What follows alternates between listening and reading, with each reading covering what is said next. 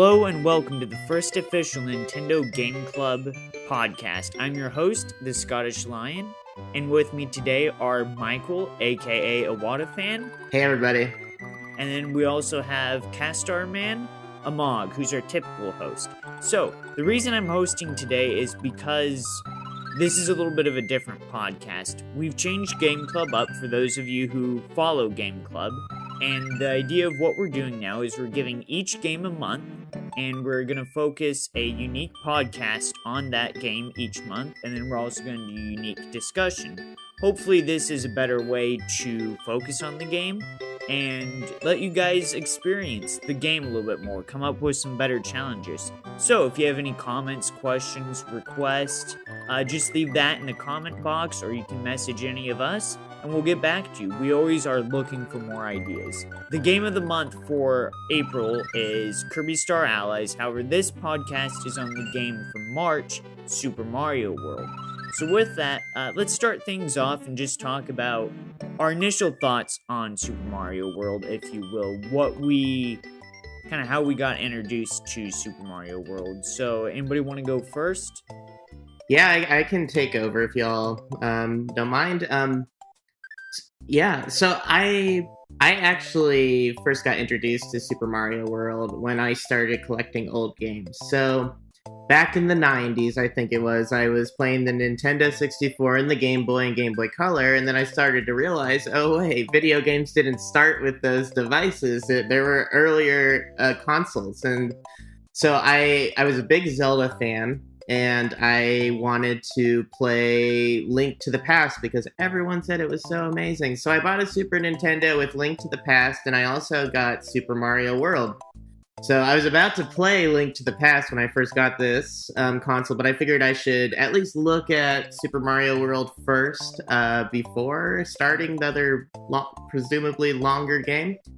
And I started up Super Mario World, and it was just so much fun. I ended up spending hours on it, and just looking at the map and the levels and everything. I was really impressed, especially with the overworld map. That was something I hadn't seen in 2D form before, and it was just a really awesome game. It made a great first impression on me. Okay, my experience with Super Mario World is almost entirely, or my first foray into it is almost entirely different from yours, Awada Fan. So, Super Mario World was actually my very first Mario game I ever played, and it was on the Game Boy Advanced port of it. So it also included Mario Advanced 3 or something like that, I think. That old game in the pipes, and so I sucked at that game, very obviously, but I had a lot of fun with it. I really liked the whole, all the different Yoshi colors all having their own separate powers. My favorite one was the blue flying Yoshi, and then I also really liked the cape ability because it just let you sort of float through the sometimes entire levels.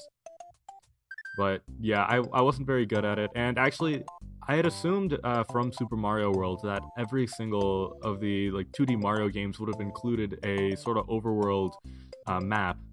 However, that's not really the case, especially with the original Super Mario Bros. And I was really confused the first time I played that game, and how few different power-ups and such there were in that game. Yeah, so for me, Super Mario World was actually the very first video game I played. My cousin brought over his SNES, and he brought over two games, A Link to the Past and Super Mario World. I think I was about 6 at the time, so I was absolutely awful at both. I never got out of the initial area for Link to the Past. I thought the whole object of the game was just to kill enemies around the castle.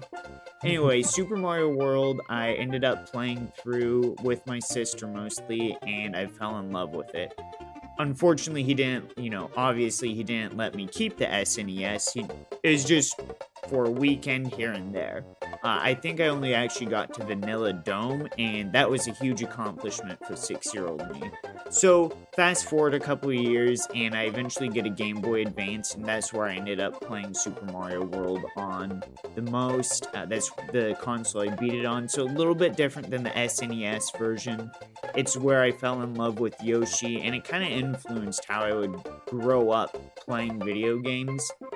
One of the reasons that actually, when I got the GameCube, the reason I chose to play Super Mario Sunshine over Luigi's Mansion, those are my two options to get with the GameCube, was because of Super Mario World and Yoshi. Yoshi is one of my favorite characters, was kind of my first favorite video game character. Both my sister and I loved him, and that was the focus of Super Mario World for me, was Yoshi, finding all the Yoshis. And then eventually I beat it. So moving forward, getting to a little bit of a specific, Super Mario World was released November 21st, 1990. It was one of the games that helped push the launch of the SNES. And it was also the first Mario game that incorporated the use of different jumps. Because the SNES had 8 buttons, it had the spin move and the flying move, which were kind of... It was unique in the video game world. It was a step forward. And it's also a game that's been a favorite among completionists, speedrunners, and designers who like to write long retrospective essays on how to design video games because of the multiple exits, the collectibles, and just kind of how bright and cheery it is. It's also, people have done a lot of Kaizo Mario experiments with it. So have either of you guys ever run through this game in a completionist mode or tried to do a speedrun version of it? I don't think little me knew how to progress through the game that very much. I don't think when I was little I ever progressed past World 1 or maybe World 2. I'll have to revisit the game to get the full experience sometime soon. However, I have played some of the other levels. My older brother was a little bit better at the game than I was, so I got to see some of the secrets through him. Yeah, I was pretty bad at Super Mario World as a kid myself, and so I actually didn't even get beyond the first world, I'm pretty confident. But when Super Mario Odyssey was coming out, I wanted to try and get all these legendary Mario games under my belt, at least complete them, not necessarily 100%. So I started playing Super Mario World. I think it was the Wii U Virtual Console version. So I was playing that, and I really did get through just about everything. I found what I think are most of the secret exits. But Super Mario Odyssey released just before I 100%ed it. So I think it's called Star World, where there's all those secret levels. Well, no, that's the shortcut area, but there's some really hard levels that you get to. I think I actually forget how you get to them, to be honest. Special World. It's through the Special World. So there's like 2 lines worth of levels to do, and I completed one of those lines, so maybe 4 or 5 levels. I forget the exact specifics, but let's just say I'm 95% done. I think that's about accurate. Yeah, no, and that's, I mean, I've never completed it 100%. It's been years since I've tried. I think the last time I tried was back in junior high. But what was that? I remember it being as far as a completionist game and just kind of revisiting it over the past couple of weeks. Did it feel very tedious? Because I feel like this is one of the more rewarding completionist games where it kind of progresses you along. Yeah, I mean, I think it was very rewarding because here's the thing about any level in any given 2D Mario game. They're pretty short. You usually complete them in less than 6 minutes or something like that. So I think it's very rewarding because you get the satisfaction of gaining access to the next level. And I think that in itself is the reward to this game. I don't know if there's anything that happens when you get 100%, even just some sort of silly image it might show you, but But I would say that the in-game progression system, if you want to call it that, where you just gain access to the next level and the next level and the next world, I think that in itself is incentive enough. Yeah, no, I definitely agree. It feels very natural to play. It doesn't feel laborious or tedious, which kind of brings up the next topic, which is world connectivity and level design. So the way, and this was one of our focus discussions on this subreddit, is that each world really builds context for the game, and it kind of increases the difficulty curve while never really being too harsh. So the world design, I know Amag, you touched on this. What was it about the world design that kind of caught you? Because for me, just to say the aesthetics, a little bit of the nostalgia, but how bright and cheery it is what caught me as a kid. So what now do you see in the world design that catches your attention, and as a kid did you get caught by in the world design, if my wording makes sense there? Yeah, it makes sense. So outright, I think this version of Mario, like this whole aesthetic, is probably the defining sort of Mario theme in my mind. Whenever I think of Super Mario Bros., I think of Super Mario World and the theme in Super Mario World, and how the blocks were laid out, how some of those blocks had looked like they had little faces on them, and all of that. Actually, I think a lot of things in Super Mario World had little faces on them. But it was so colorful and cheery. When I was little, I didn't really understand scaling all too well, and so when I saw the world just scrolling up, I thought that Mario and sometimes Luigi, when I could figure out how to get Luigi to appear on the screen, seemed to be scaling like a very, very flat mountain, and sometimes there were little things that jutted out of that mountain, and they just kept going up. And yeah, so that all of that color, and honestly, beyond just the visuals, the music component of the game also drew me in really, really well. When I think of Mario music, yeah, sure, now I think of some of the more traditional Mario music. My phone actually has like a special like lock screen, and what you can do, instead of like doing a pattern or putting in a password, you can do a special like knock code. And so I made my knock code the Mario theme, and it throws people for a loop because it's decently long, and if I tell people, oh, it's the Mario theme, no one's gonna get it still, since you need to know what note I assign to like what corner of the screen and stuff. But I think this game has made a lasting impact on my view of Mario in general.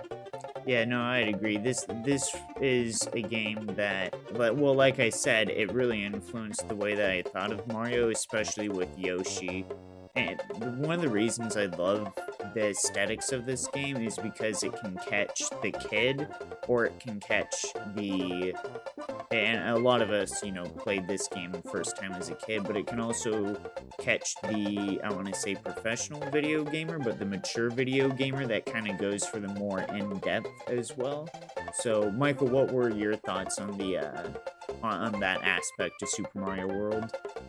Yeah, well, I am not a very, I wouldn't say professional, good gamer. I certainly just play games for enjoyment. But that's the nice thing about Super Mario World. It can appeal to people like myself who just kind of want to relax and have fun. But there are some people who really want to play with the physics of the game and what's possible, whether this jump or that jump is possible. And Super Mario World really has a lot of opportunities for that, especially when you get to the special world or even some of the later levels. There's just so many things that you can try to jump up to, or use your special abilities to, in the case of the cape, fly to, or in the case of the fire flower, blast your way through, just setting things on fire. So, I mean, there's just a lot of things in the game that lends itself to really creative play. And it's inspired a homebrew movement of people who just would design their levels themselves, and this modding movement rather, and they would design these levels themselves. And I have a lot of friends who designed all these crazy levels before Super Mario Maker came out. And then, of course, Super Mario Maker was probably the answer to that community, and Nintendo kind of made it an official thing. So it's inspired a lot of people to really play with game physics and game mechanics. And I think the set of physics tools and assets that are available within the Super Mario World universe are simple enough that they're just accessible to everyone, but offer just enough complexity to inspire even indie developer types or people who just want to make their own levels to see if they can survive them. So it's just has this wonderful reach. Yeah, so, and using the power-ups, did you ever use the cape? I know the cape is a little bit overpowered. Did you ever use that to fly over levels? Yeah, I was. When Amog said that earlier, I reminisced. I was doing that just 4 or 5 months ago when I was playing it before Odyssey came out. I was absolutely just flying through levels, and I felt bad, so I went back and did it the normal way. But yeah, it's certainly awesome that you can even do something like that where you feel like you're almost cheating, but it's actually still built into the game. The designers made it possible. So that's always a lot of fun. Yeah, actually, one of my earliest, or one of my favorite early memories of playing this game is with my brother and some friends, just trying to go and see who can use the capability the best, who can fly the farthest with the capability. Obviously, we got good enough where we could just fly over all of those levels, but yeah, there are definitely some levels that I have never seen, and for nostalgia's sake, will probably never see whenever I replay the game. So I actually never learned how to use the cape correctly, and I still suck at using the cape. So I've never flown over a level, unfortunately. It was always a disaster for me. I don't know. I think it may just have been with the Game Boy Advanced button layout, so I'm not sure. But yeah, I never got to use the cape. Yeah, it is a pretty hard mechanic to use, pushing the up and the down button at the right times, and also getting enough distance to even launch to begin with. Like, I struggle with that even now, but but yeah, that's totally relatable. Yeah, there's one level in, I think, Donut Plains. Mm-hmm. It could even be in the first world, where there's I think it's like this second or third level where you get the cape, and there's this long runway. And I would always try to practice using that as a runway to take off, and yeah, I never got any better. So, oh man, it was a long time was spent trying to learn how to use the cape. But beyond that point, one of the things that Super Mario World does really well, and this is a comment that actually caught my attention from user. I'm gonna have a Silent Minnow. Silly Minnow? I don't know. You know who you are though. You can look at what they posted in the world design thread. But basically they talked about the matrix of video games, and that good game design, basically the premise is that good game design tries to make you forget that you're playing a game, and that the game itself is more of an experience, so that when you're playing, say, Super Mario World, you get caught up in things like trying to learn how to use the cape, trying to learn how to use the fire flower and experience the environment, opposed to a game, I don't have a good example right now, but you guys might have something to contrast it with, that you're repeatedly reminded you're playing a video game. So, and it may have just been that I was a kid, that we were kids, but when you look at Super Mario World, does it look like a video game or more like an experience? How does the aging of the game affected that? That's a bad double barrel question, but yeah, let's talk about that for a few minutes. I'll go into sort of like the aging aspect of the game first, and I think the game aged phenomenally, much better than the original Super Mario Bros. Super Mario World's sort of aging was it still feels like a game that could come out today and say I know pixel games and other like pixel-esque side scrollers try to emulate older video games, but Super Mario World can go head to head with any current side scrolling video game, in my opinion. Yeah, I completely agree. It's such a beautiful game, and it just like you said, it's aged so well, and I think it's partly because of the way the design, possibly with the way the design influenced future game design as well, but also because just in itself, I think it's just very timeless somehow. It's interesting that you ask whether it's a game versus an experience, or because the way I look at it is you could just kind of look at, for instance, the world map, and it's just kind of a work of art. It's a fun pixel art type game, but it's just really pretty to look at, no matter what screenshot you have of it, no matter what world you're in, or it just all looks fantastic. So yeah, I think that when you play this game, it's kind of like playing an old school, or like, yeah, well, no, it's not old school, but a modern work of art in a way, because pixel art is a modern thing. But it's like playing through something that's feels borders more on art than even necessarily gameplay. But like many people would say, Mario is still very much about doing things, about jumping, flying, setting enemies on fire, jumping on top of things. So that gameplay element, that aspect of the game that people like Miyamoto really like, it's definitely still there for people who want it, but people who just want to stop and stare at it can do that and enjoy it, I think.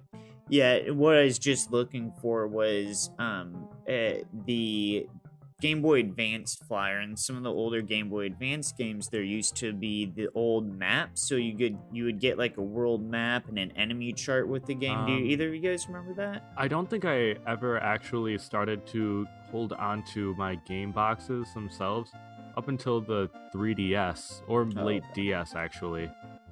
So I don't remember any of the manuals. Okay, so regardless, but to that point, the Game Boy Advance version came with a really cool map, and I'd use that when my sister and I would like build Legos, or just use our imagination to play. Super Mario World's art design was kind of influential into the other worlds that we created when playing it together as kids, and it just goes back to that art style that this game. I'm pretty much a stickler for I like games over games being art per se. That's a debate for another time, but Super Mario World is definitely one of those games that crosses over into the art territory, and I think that's because of the level design. Well, what's your guys' favorite world in the game? Well, for nostalgia's sake, considering it's the only one I really got to, or the only one that really sticks in my head, considering it's the only one I was really able to get through, would be World 1. So I think that was that the Donut Plains? I don't remember the names of the worlds. Donut Plains is World 2. The first one is just Yoshi's Island. Oh, okay. That makes sense, actually, because I remember when I played Yoshi's Island later, I did get a lot of sort of Super Mario World vibes from the game. Sort of the aesthetic of Yoshi's Island. I know, well, different. It felt a little bit familiar. Yeah, I mean, for me, Vanilla Dome was really awesome because I really liked the mountain aspect of it. I grew up on a mountain, and I like going into caves and things, and so Vanilla Dome is, of course, one giant cave, so I really liked that. But I also grew up in a forest, so I did like the Forest of Illusion a lot as well. And the levels in each I thought were a lot of fun, so I mean, I can't really choose my absolute favorite, I guess, between the two, but maybe Vanilla Dome will edge out a bit to be the winner. I do love Vanilla Domes, and probably because it was like I remember getting to Vanilla Domes and being like, this is so cool. This is also really hard. So Vanilla Domes is actually one of my least favorite worlds because I really struggled with that. But I'd actually say the Twin Bridges, as painful and chaotic as those levels are, those are like the dolphin levels. It feels like everything is coming at you. That's one of my favorite worlds. I don't know why, but it comes just after Vanilla Domes, and it just kind of felt like that midway point that's just totally chaotic, and it feels kind of like the designers are just experimenting and just messing with you at that point. They're making fun of how bad you are at the game. But so in that, just a couple rapid fire points here. Vanilla Dome. One of the things I got from this is that the concept of the level design is to suffocate the player, if you will. That you're reaching this point that you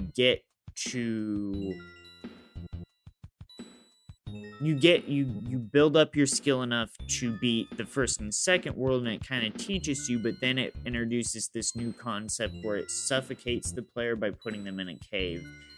Was that just me, or would you guys agree with that point, that some of the aesthetics and some of the, like the Forest of Illusion was alluded a lot to the use of kind of that illusion concept where you had to search for a lot of secret exits.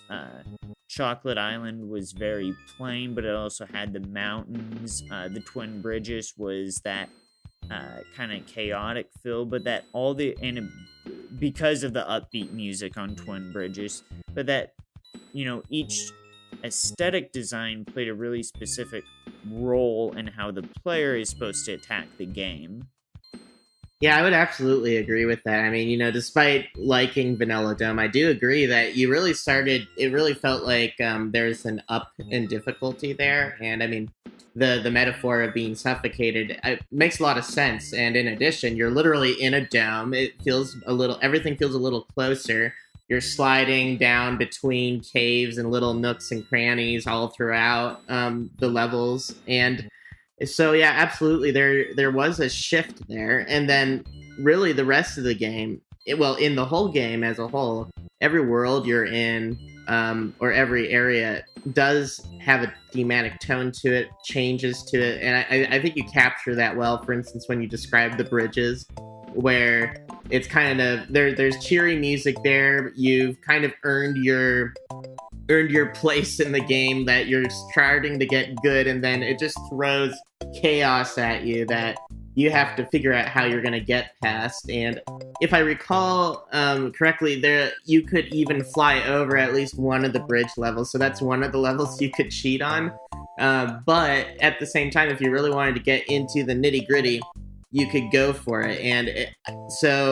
Yeah, and like you said with the Forest of Illusion, it seemed like I never felt confident that I had found everything there, and I always resist looking at guides to make sure, at least until the very end. So I replayed through any given level in the Forest of Illusion at least 5 times, and like you said, the thematic aspect of that, where you're in this Forest of Illusion, you're looking through things and trying to find your way through it works really well. And that's definitely an intentional design choice that not only made a lot of sense then and worked out really well, but it's aged well as well. So it's just you get a diversity of experiences depending on where you are in the game. This is a little bit off exactly what we're talking about, but Waterfan, you mentioned resisting the urge to look at a guide for this video game, for Super Mario World. Do you generally not look at guides? Because I feel like this game is one of those games that would, after like running through it once or twice, it would really benefit you to look at a guide just to sort of ease you into, say, sort of that into a speedrunning quality. Yeah, I mean, for me, it's probably all about personality type. When I was a kid, I used to think it was just like so wrong to look at a guide. And so as a kid, I kind of established that mentality. And I mean, as I grew older, obviously, I I realized that it's perfectly legitimate thing to do, especially if you want to. We're all adults; we can make our own decisions about how we want to play. But I still kind of resist it because I just want to figure it out myself. Because for me, I guess the way that I'm playing through Super Mario World is, for me at least, it's not actually so much about the jumping mechanics and everything, but actually just the exploring. So making sure I know everything there is to see in a level. So, for instance, with the Forest of Illusion, I would see potential nooks and crannies that I didn't get through in my first run through that I would want to go back and revisit to make sure I have that 100% coverage of a level. And so, say I didn't find something and I gave up and I looked at a guide, what I would feel is, oh man, I didn't figure that out myself. And so that's kind of how the reason why I resist, because I want to figure it out myself. I want to find it myself. But that's really just a silly thing I have. There's no real logic to it other than the emotional payoff of figuring stuff out on your own. I 100% agree. I'm the same way. Like, I've actually never used a guide for this game because I've never gone for completionist. I'm sure there's tons of stuff that if I were to go back and play, I would find. But yeah, I'd say playing without a guide is definitely the way that you want to play this if you're listening to this and you've never taken it on before. So moving on to just kind of some closing points. Just to cut, is there anything else that you guys want to touch on before I just kind of go through some other rapid fire points? No, please go right ahead. I think we've covered a lot of great topics here. Okay. All right, so let's go favorite character in the game. Mario, Luigi, or Yoshi, or somebody else? Oh man, it's gotta be Yoshi. I mean, not just any Yoshi. I think this one did include, or no, all the Yoshis could eat apples. I thought that was just the coolest thing in a video game, to like be riding like a green dinosaur and then like going up to the background, there being an apple in the background, and then the Yoshi just up and eating it. That it's gotta be Yoshi just because of that. No, I actually completely agree with that. And I mean, that's another tiny little mechanic we didn't touch on, but it was kind of like breaking you wouldn't say the fourth wall in this case, but it was breaking player expectations to be able to interact with the background.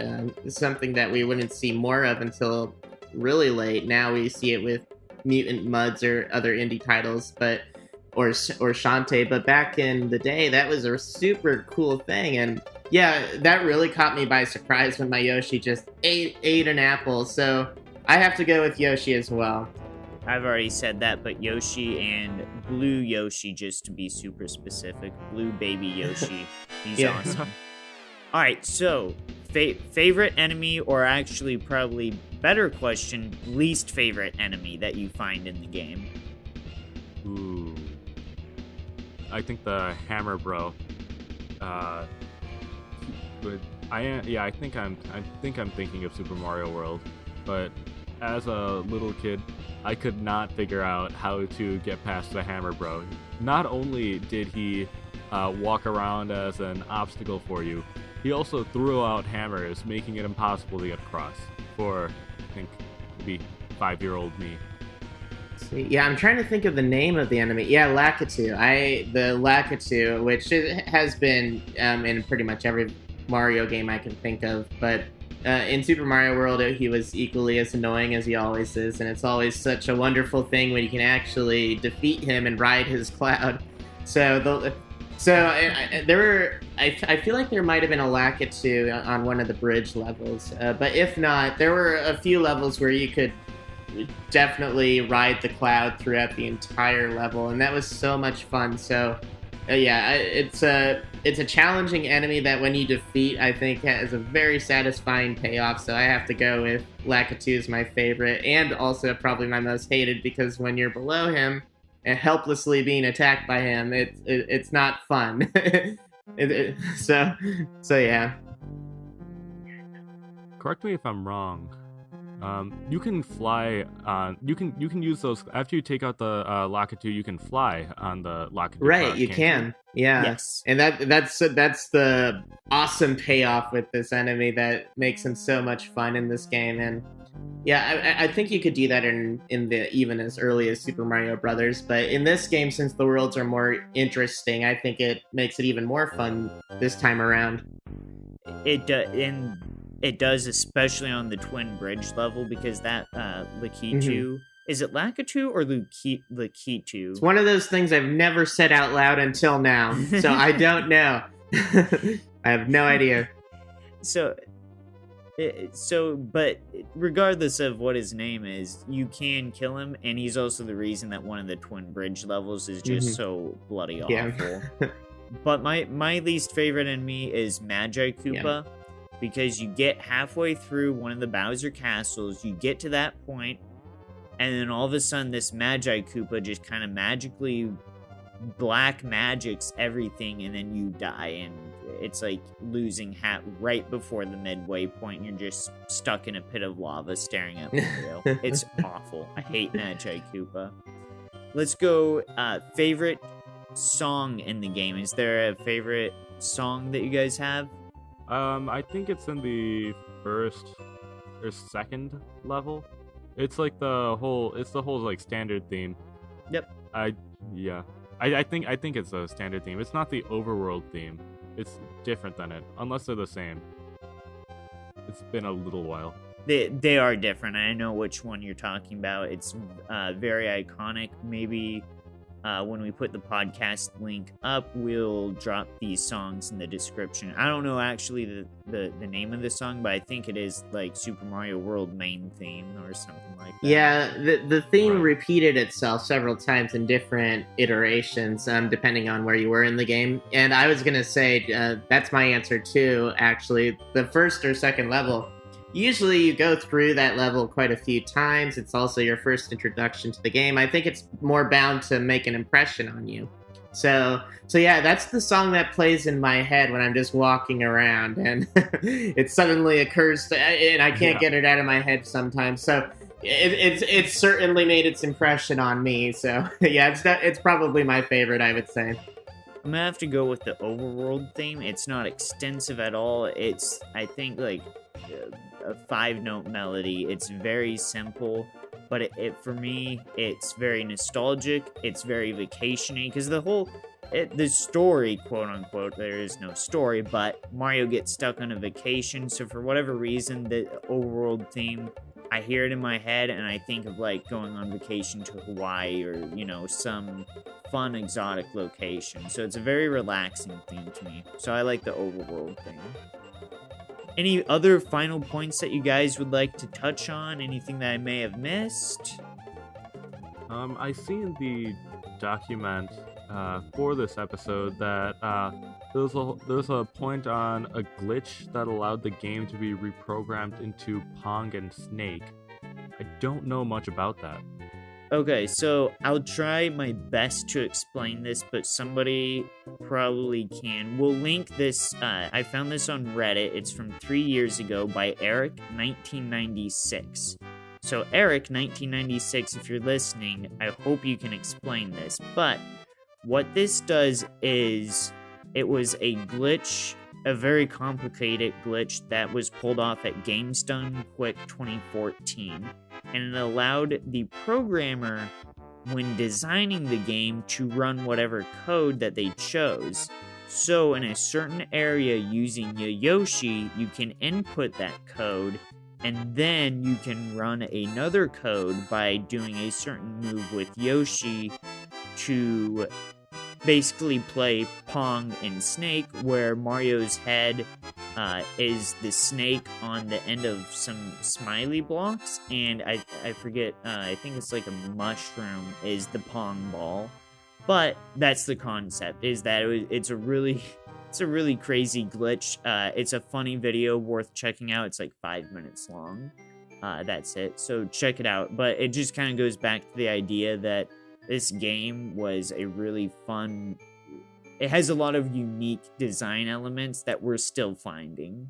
Okay, yeah, I'll have to check that out after the video as well. Actually, looking at that thread now, I do remember seeing it a few years ago when it showed up on the subreddit for the first time.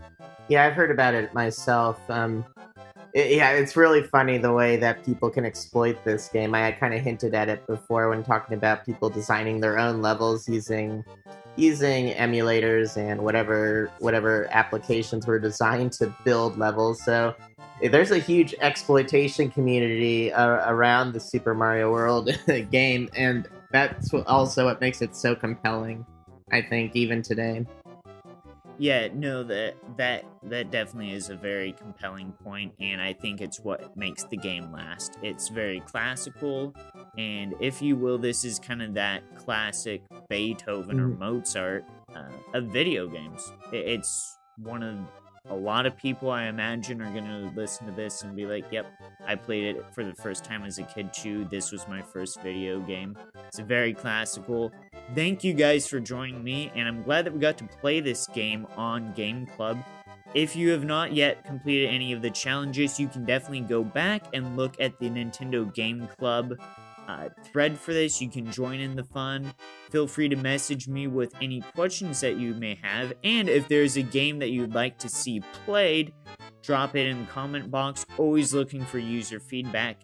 Next month, so April, we're going to be talking about Kirby Star Allies in about 2 weeks, and then the game for May is going to be Final Fantasy VI, and then in June, we're going to jump into Donkey Kong Tropical Freeze because it's coming out for the Nintendo Switch on May 4th, and I'm hoping that there's some more Donkey Kong news later this year. So with that, thank you very much for listening. We hope to have you back on the next episode of Hello Nintendo.